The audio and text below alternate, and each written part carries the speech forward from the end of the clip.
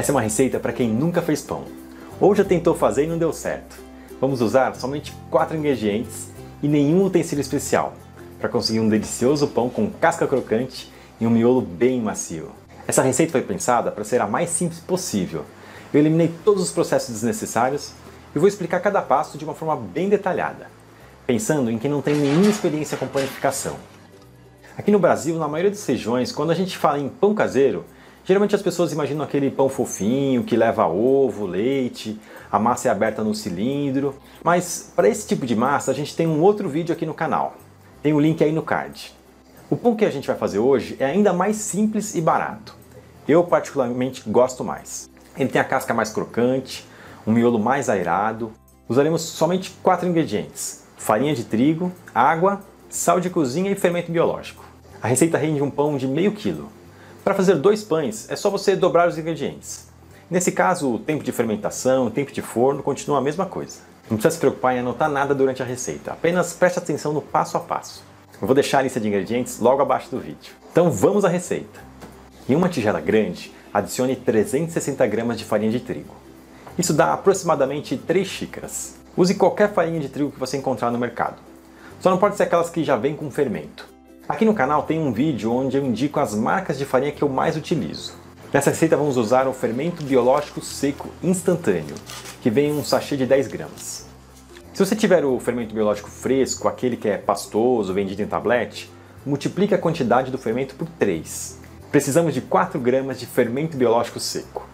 Mesmo usando uma balança digital, é difícil pesar tão pouca quantidade. Então a gente faz o seguinte: o sachê de fermento tem 10 gramas. Despeje toda a quantidade em um pires e faça a divisão de forma visual. 4 gramas seria um pouco menos de metade do pacote. De sal são 7 gramas. Isso dá aproximadamente meia colher de sopa. Vamos adicionar o fermento e o sal na tigela. O fermento de um lado e o sal de outro. Nesse momento é interessante não deixar esses 2 ingredientes em contato direto, para o fermento não perder a sua força. Misture bem os ingredientes secos e aproveite para abrir um buraco no meio da farinha. Acrescente a água, mas não coloque tudo. Reserve um pouco no copo. Cada marca de farinha possui uma capacidade diferente de absorção. Nas primeiras tentativas é melhor deixar a massa mais dura do que mole, pois podemos fazer a correção antes de começar a sova, conforme você vai ver logo mais. Comece misturando com uma colher e depois use as mãos. Tente sujar apenas uma das mãos, a outra fica limpa para segurar a tigela. Aproveite toda a farinha que ficar grudada nas laterais. Agora vamos colocar a massa na bancada.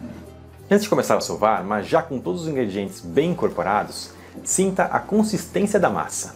Aqui o segredo é você tentar usar o máximo de água que conseguir.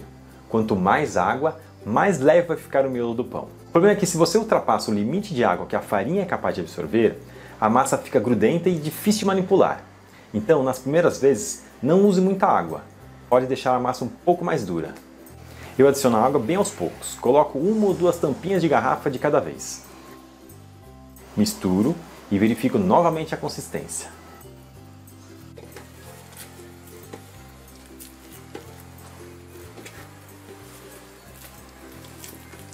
Para finalizar, vamos modelar uma bola. Cobrir e deixar descansando por 10 minutos antes de começar a sovar. Durante essa pausa, a farinha vai absorver melhor a água e a sova ficará mais fácil. Depois de um descanso, repare como a massa muda de textura e já ganha um pouco de elasticidade. Veja que não há necessidade de polvilhar mais farinha na massa ou na bancada. Para esse tipo de massa mais firme, vamos usar o método de sova clássico. Segure a ponta com uma das mãos e empurre a massa sobre a bancada, utilizando a base da palma da outra mão. Não precisa colocar força e nem rasgar a massa. Dobre ou enrole a massa sobre si mesma de volta ao ponto inicial. Agora, é só virar em 90 graus com a emenda para cima e repetir o movimento. A sova deve durar aproximadamente 10 minutos.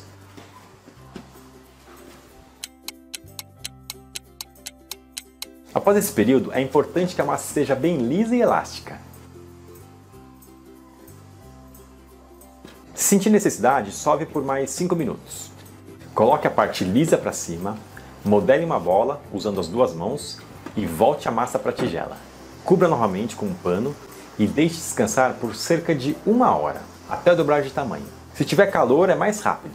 Nessa primeira fermentação, a massa deve crescer, mas não de forma exagerada. Se crescer demais, vai perder estrutura, o pão vai ficar achatado e não vai dourar. Enquanto a massa descansa, pegue uma assadeira e unte com um pouco de manteiga ou óleo para não grudar.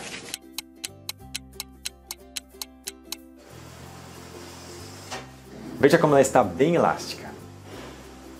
Use a ponta dos dedos para descolar a massa da tigela, sempre com bastante delicadeza.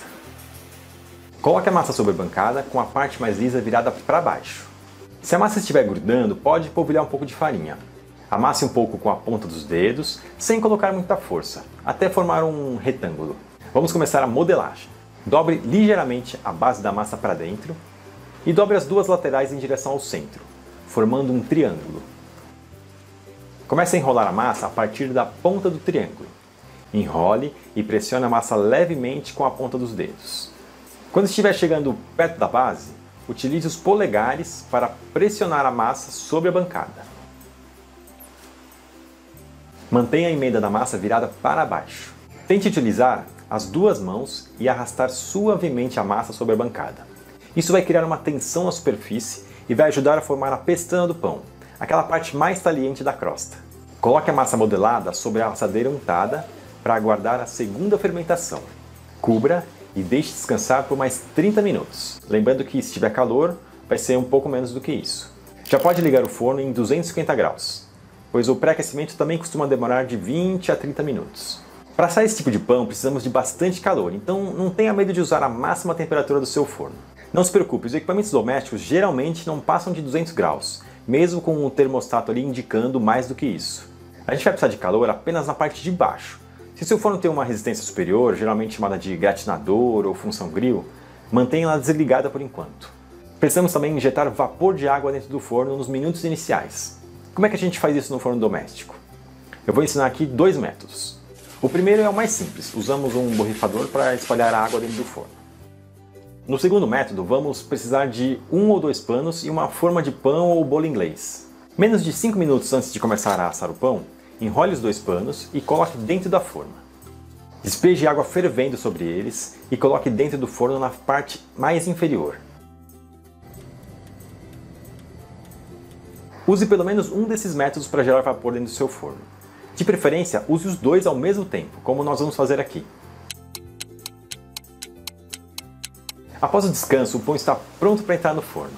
Mas antes é necessário fazer um corte na sua superfície para a crosta não rachar quando estiver assando. Não precisa de uma lâmina de padeiro, pode improvisar usando uma faca de serra. Faça um corte de uma ponta a outra do pão. Tente fazer um único movimento, formando uma linha levemente curvada para um dos lados, com cerca de meio centímetro aí de espessura. Agora sim, vamos assar o pão. Abra rapidamente o forno, coloque a assadeira e borrife um pouco de água.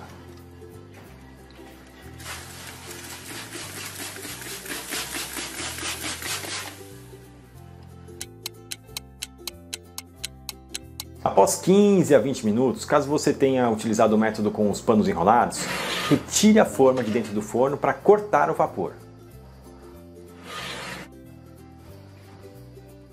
Agora vamos deixar o pão no forno por mais 20 a 30 minutos, até dourar bem. No total serão aproximadamente 50 minutos de forno. Se o pão não dourar nesse período e seu forno tiver a função gratinar ou grill, ligue por 5 minutos, reduzindo a temperatura de 250 para 210. Olha só que maravilha! Nesse momento, o cheiro de pão quentinho já vai ter se espalhado por toda a casa.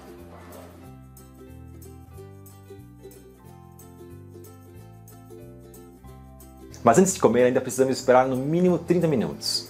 Eu sei que é difícil esperar, mas se cortar o pão agora, o miolo vai ficar todo empelotado. Coloque o pão para esfriar sob uma grade.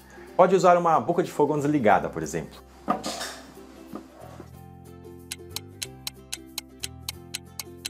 Agora sim, vamos cortar o nosso pão.